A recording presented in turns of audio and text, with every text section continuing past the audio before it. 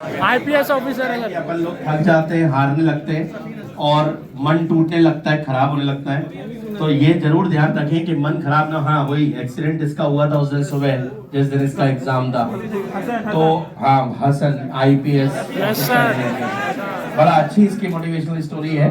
खैर मोटिवेशन तो कहीं से भी ले सकते हैं। कुल मिलाकर ये है कि अब आप लोगों का ये साल इस हमारे इस क्वेश्चन के साथ ही अंत होता है, ठीक है। और भगवान करे आपको इन गलियों में इस चक्करों में दोबारा ना आना पड़े।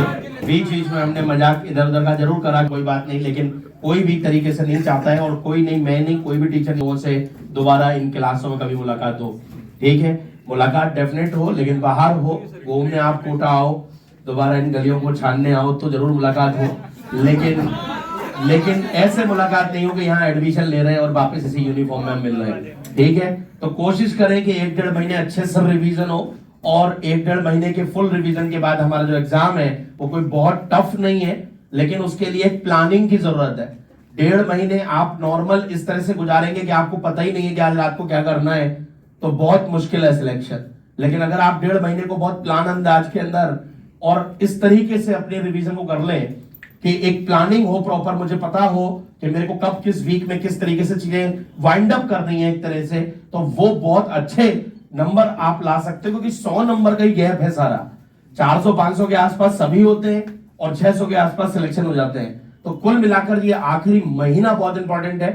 जहां तक मेरी नॉलेज है 2-3 दिन के अंदर सारा ही कुछ बंद होने वाला है, तो वैसे भी नहीं हो तो भी अपने वो क्लास बंद कर देनी चाहिए अब अगले 4-5 दिन में, और घर बैठकर तबीयत से 14-15 घंटे पढ़ना चाहिए।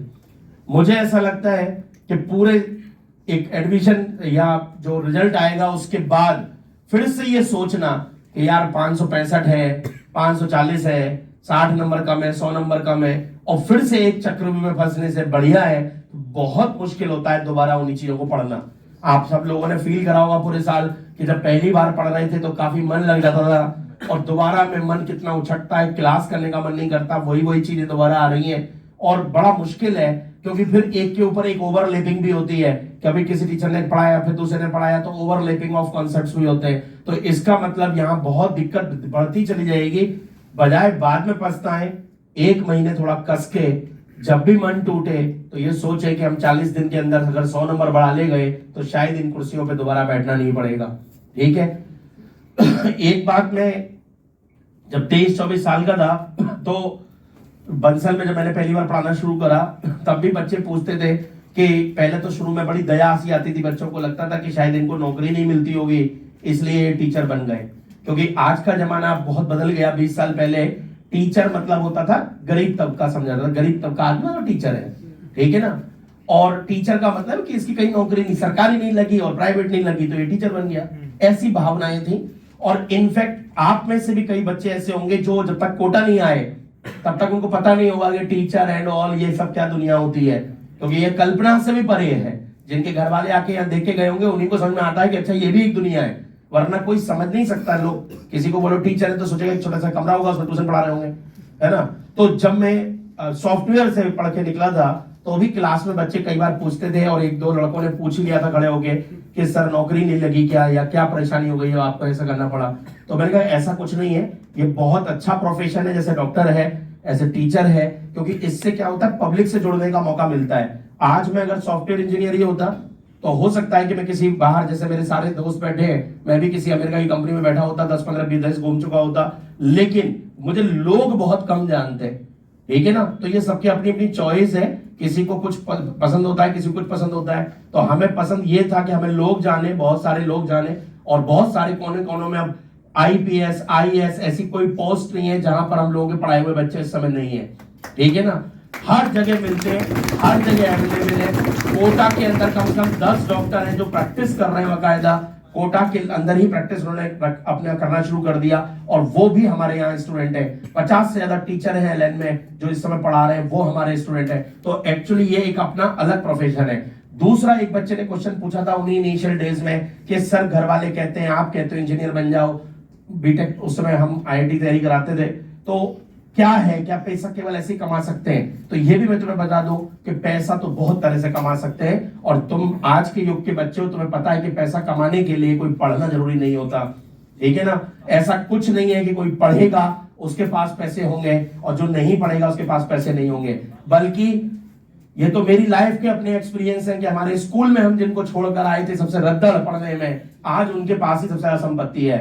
लेकिन क्या संपत्ति सब कुछ होती है? क्या पैसा ही सब कुछ होता है?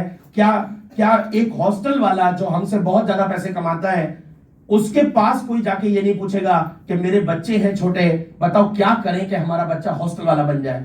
उसके पास कोई नहीं पूछेगा। पैसा उसके पास कुछ भी हो सकता है। आज मेरे दोस्त था, स्कूल में पढ़ते थे हम लोग, अभी मेरे एक एल्यूमिनी फंक्शन हुआ, मैं जा नहीं पाया आप लोगों की बैच की वजह से, तो उस फंक्शन के अंदर जो सबसे थर्ड क्लास बच्चा था, उसका टेंट का काम है, बस टेंट का, और टेंट के काम में उसने 10 करोड़ रुपए से कमा लिया। मेरी एज ग्रुप का ही है, ठीक है। पूरे मतलब शहर में जब बड़ी बड़ी शादियां होती हैं उसमें उसका टेंट और लाइटिंग का काम है, तो वो इतना बड़ा निकल गया इसी काम में कि पूछो मत। तो बिल्कुल सबसे 10th में 3 बार फेल हुआ था, जब हम 12th कर गए तब भी वो 10th में था, ठीक है ना। तो इसका मतलब पैसे से कोई मतलब नहीं होता, लेकिन वो कितना भी बड़ा हो जाए उसके पास जाके कोई पेरेंट्स ये गाइडलाइन मानने नहीं जाएंगे कि हमारे लड़का, तुम तो बहुत बड़े चमकदार चीज हो, आप बताओ कि टेंट का कैसे काम करते हैं, मेरा लड़का 11th क्लास में आ गया है ना। डॉक्टर बनने का फायदा या इंजीनियर या पढ़ा लिखा होने का फायदा सबसे बड़ा जो मुझे लगता है, उसका पैसे से कोई लेना देना नहीं है, उसका है इज्जत से लेना देना। वो जो लाइफ हम जीते हैं, जब तुम अपना 4-5 साल का मेडिकल का कोर्स करोगे, वो तुम्हें जो मिलेगी वो एक इज्जत, उसका कोई पैसे से तुलना नहीं है, उसकी तुलना किसी से नहीं हो सकती, क्योंकि वो एक इज्जत मिलती है जब आप लोगों को गाइड करते हो, आप लोग, आपसे लोग मिलना चाहते हैं, है ना। आप, आज मैं पढ़ा लिखा हूं इसीलिए लोग मेरे को माला भी लेकर आ गए, फोटो भी खिंचवाना पसंद कर रहे हैं। आज मैं खूब पैसे वाला लाला होता, नीचे समोसे की कचौड़ी की दुकान होती, तुम में से एक भी नहीं जाता, चुपचाप पैसे पकड़ो कचौड़ी तो बात खत्म हो गई, ठीक है ना। तो कहीं ना कहीं पढ़े लिखे होने का एक अलग मीनिंग है। तो मेरा तब भी जवाब यही था, आज भी जवाब यही है 23 साल बाद, कि आप पढ़ो, फिर बाद में चाहे कुछ भी करो, लेकिन पढ़कर कम से कम एक ऐसी शानदार डिग्री जरूर रखो। आपको भी पता है कि कहीं पर भी आप सुनते हो कि फलाना बंदा IIT से पढ़ा है, या फलाना बंदा एम्स से पढ़ा है, या फलाना बंदा डॉक्टर है, तुरंत आपकी सोच उस बंदे के लिए बदल जाती है। और अगर वो ही कुछ भी हो, उसके पास कोई सी भी गाड़ी हो, गाड़ियों से भी फर्क नहीं पड़ता, ठीक है ना। असली फर्क पड़ता है कि आपकी डिग्रियों से, आपकी खुद की पर्सनैलिटी से। तो इन कॉलेजों में जाने से हमारी जो इज्जत बननी है, वो मेरे ख्याल से मेन होना चाहिए आपका टारगेट, कि लोग हमसे मिले, लोग हमसे मिलना चाहें, पूछना चाहें, कैरियर गाइडेंस लेना चाहें, वो आपका एम होना चाहिए। और 40 दिन अगर अच्छे से बिताए जाए, अगले 40 दिन, तो मेरे हिसाब से 100 नंबर, इतना मेरा एक्सपीरियंस है पढ़ाने का। मैं सुबह लड़कियों को भी बोल रहा था ये बात, कि इस बैच में पढ़ाकर ये पक्की बात है कि मैं ये कह सकता हूं कि एक एवरेज से सब बच्चे ऊपर है। अब किसी कोने में कोई छुप के बैठा हो और वो बिल्कुल ही कंडा, वो कह नहीं सकता मैं, लेकिन इतने दिनों से हम पढ़ा रहे हैं तो बहुत दूर से जान जाते हैं चीजें। यही मैं अल्फा भी पढ़ा के आ रहा था, तो हम लोग रिकॉर्ड भी कर रहे हो, मुझे कोई शर्म नहीं है ये कहने में, मैं ऊपर तक कह चुका हूं। वहां कोई इस लेवल के बच्चे थे नहीं, कोई 2-4-10 हो तो बात अलग है, अपनी हम मास ऑफ द स्टूडेंट उस लेवल के ऊपर है। तो अगर आपका सिलेक्शन अब भी नहीं हुआ, तो इसमें कहीं ना कहीं गलती आपकी ही रहने वाली है, इतना मैं एज ए टीचर कह सकता हूं। यानी कि आप में से बैठा हुआ हर एक बच्चा इतनी क्षमता रखता है कि आखिरी वक्त में अगर वो केवल बस उसे अपने थोड़े से इन पर टिकाना पड़ेगा, क्योंकि ये टिकाने वाला ही पेपर है। इसको अगर आप टिका नहीं पाए और आप उछल उछल के भाग रहे हो, तो फिर बहुत मुश्किल है तैयारी करना, ठीक है। तो थोड़ा टिकाओ इनको, और कमरे में कोशिश करो कि हम लंबे लंबे जो एक स्पैन है उसमें पढ़ाई करें, 2-3 घंटे एक राउंड पढ़ाई करें, फिर उठें, क्योंकि इससे हमें पेपर की भी क्षमता बढ़ेगी। अगले 1 महीने में कुछ चीजें और आपको बदलनी पड़ेंगी। पहला, जो बच्चे रात को पढ़ने के आदी हैं, वो अगले हफ्ते से अपनी प्लानिंग चेंज करना शुरू कर दें, क्योंकि अब आपको घर पे ही रहना है, कमरे पे ही रहना है, तो आपको धीरे धीरे रात वाला काम बंद करना पड़ेगा। 2-3 दिन प्रॉब्लम हो सकती है, दिन में भी नहीं सो पाए और रात को नींद भी नहीं आ रही, क्योंकि हमारा ऑलरेडी रात को जगने की आदत है, लेकिन उसको आपको 2-3 दिन के बाद चेंज करना है। यानी कि 2-3 दिन प्रॉब्लम होगी, फिर धीरे धीरे 10-11 बजे सोने की हैबिट डालो, और सुबह उठने की, सुबह उठो। मैक्सिमम पीक आपको 2 से 5 पढ़ना ही है, मतलब एक 2 से 5 का तो धीरे धीरे ऐसा कर लो कि 2 बजे 1:30 बजे बैठूं तो सीधे 5:30 बजे उठो। ये हैबिट मैं अगले 1 महीने करूंगा, क्योंकि इसको करने में 10 दिन लगेगा कम से कम, 10 दिन के अंदर ये पटरी पे आती है, और आप जैसे कर रहे हो वैसे ही करते रहे तो बड़ी दिक्कत हो जाएगी। क्यों? क्योंकि 2 से 5 के बीच में ब्रेन और बायोलॉजी के बारे में समझाने की जरूरत नहीं है, लेकिन फिर भी सबको पता है ये बात कि अगर पैर से काम लेना है तो सुबह 9 बजे की दौड़ में, तो आपको सुबह 9 बजे ही रोजाना दौड़ना पड़ेगा। अगर आपको आपकी जो दौड़ है वो रात की है तो आपको रात को ही दौड़ना सीखना पड़ेगा। ऐसा नहीं हो सकता कि आप सुबह बहुत तेज दौड़ते हो तो रात को आप जीत के आओगे, नो। क्योंकि बॉडी स्ट्रक्चर होता है, स्लीपिंग टाइम होते हैं, ब्रेन के काम करने के एक्टिव टाइम होते हैं, तो वो टाइम के अकॉर्डिंग आपको यहां पर चेंजेस करने पड़ेंगे। अब इसको बिना एक भी दिन गंवाए हर आदमी अपनी बायोलॉजिकल क्लॉक को इस आखिरी महीने में ठीक कर ले, ठीक है। और 2 से 5 में तो कोई ना कोई सबसे दिमाग वाला काम करना है। जैसे आपको लगा कि मेरे ये फिजिक्स के 50 क्वेश्चन करूंगा, वो 2 से 5 में ही करने ले ली। अगर आपको लगा फिजिकल के क्वेश्चन करूंगा तो 2 से 5 में करने, रिएक्शन आज बहुत सारी लिख के देखूंगा या बायोलॉजी का बहुत सारा लिख के ही करना है सारा। तो ब्रेन वाला जो काम हो उसे 2 से 5 की हैबिट में डाल के कन्वर्ट करें, फिर देखना आप कि पेपर जब होगा तो आपका दिमाग कभी थकेगा नहीं। क्योंकि मेन प्रॉब्लम क्या होती है पेपर में, देखिए अब किसी ने तैयारी ही नहीं करी, सब्जेक्ट नहीं आता, तो वो तो कोई बात ही नहीं, खत्म ही होगा उसकी कहानी, ठीक है ना। लेकिन ऐसा हम में से एक भी नहीं है, ये मेरी गारंटी है। आप में से एक भी ऐसा नहीं है जो 0 पे बैठा हो या 50% पे बैठा हो। हर आदमी 70% तक है, बस 20-30% का उसको थोड़ा सा साफ क्लियर खेलना है। तो अगर आपको जो लास्ट वाला गेम क्लियर खेलना है तो आपको बहुत मजबूत होकर आगे चलना पड़ेगा। यानी कि डेली एक तो 15 घंटे, 14 घंटे, 13 घंटे ऐसे निकालें, सेटिंग बड़ी बड़ी करें, बायोलॉजिकल क्लॉक ठीक करें और जल्दी जल्दी रिवीजन करें। यानी कि अब बहुत चक्कर में ना पड़े कि यार अगर मान लो कोई टॉपिक हमें डीपली नहीं आता तो ऊपर ऊपर से सीख लो, छूटना नहीं चाहिए। कई बच्चे होते हैं कि फिजिक्स में 3-4 यूनिट अच्छी हैं, अब मैं नहीं कर रहा, इसकी जगह मैं बायोकेमिस्ट्री पढ़ ले रहा हूं, 2 यूनिट नहीं आती, कोई बात नहीं, इसके क्वेश्चन छोड़ाऊंगा। नहीं, 2 यूनिट आप बहुत डिटेल में मत पढ़ो, लेकिन 12th के लेवल पे तो पढ़ सकते हैं ना। 12th के लेवल पे तो इतना जान सकते हैं कि इसमें क्या फॉर्मूले और क्या फॉर्मूले से क्या क्वेश्चन हो जाता है।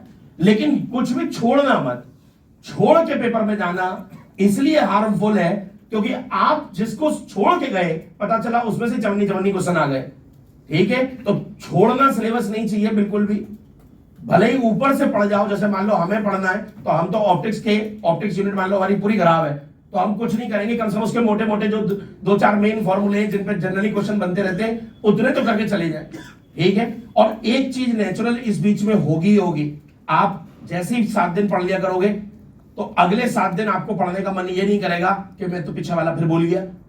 वो ऐसा होता नहीं है, इसलिए उसको करते जाओ, आगे बढ़ते जाओ। और इसलिए हमने बीच में एक हैबिट डाली थी कि भाई वो पूरा बंडल बांध के रख दो, हो गया, ठीक है ना। एक बार काम खत्म हो गया, ठीक है। तो बढ़िया से रिवीजन करें, आशीर्वाद आप लोगों के साथ है, ढेर सारा प्यार। कोशिश करेंगे विक्ट्री सेलिब्रेशन वाले दिन ज्यादा से ज्यादा संख्या में हम लोग मिले, ठीक है। और आज के आपके प्यार को लौटाने का हमें भी मौका मिलेगा। और डेफिनेटली एलन जो भी कुछ करे वो तो करते ही है, फंक्शन करेंगे, जब इस साल इतना बड़ा है तो और बड़ा ही होगा भगवान ने चाहा तो। लेकिन मेरी तरफ से भी मैं आपको डेफिनेटली उस दिन अगर आप लोग रुकने के मूड से आते हो तो एक दिन अपन भी आपस में मिलकर पार्टी करेंगे, उसका मजा भी है ना, उसमें मजा भी आता है। तो इसलिए ज्यादा से ज्यादा संख्या में कोशिश करें। लास्ट में आपके मोटिवेशन के लिए यही कर सकता हूं कि अब आज से आपको मेरी कसम है कि आप जब भी उठो पढ़ने से तब आप ये सोच के उठ जाना कि हम सर की कसम खा के बैठे कि हमें अगले 40 दिन तो पढ़ना ही है। मेरी कसम रिजल्ट के लिए नहीं है, मेरी कसम सिर्फ इसलिए कि अगर आपने दिल से जरा सा भी माना हो कि सर ने हमारे संग जस्टिस करा, मेहनत करके पढ़ाया, या ये हमारे सिलेक्शन के प्रति थोड़ा बहुत सोचते हैं, तो आपको सबको मेरी कसम है, 2 छोटे बच्चे मेरे, कि अगले 40-45 दिन अपनी पूरी ताकत से, ठीक है। ये मेरी तरफ से मोटिवेशन है, ठीक है। आपको जब भी लगे तो ये कह देना कि भाई कम से कम किसी का तो प्यार निभा ले जिंदगी में, ठीक है। Thank you very much. Love you sir, love you. Allen daddy.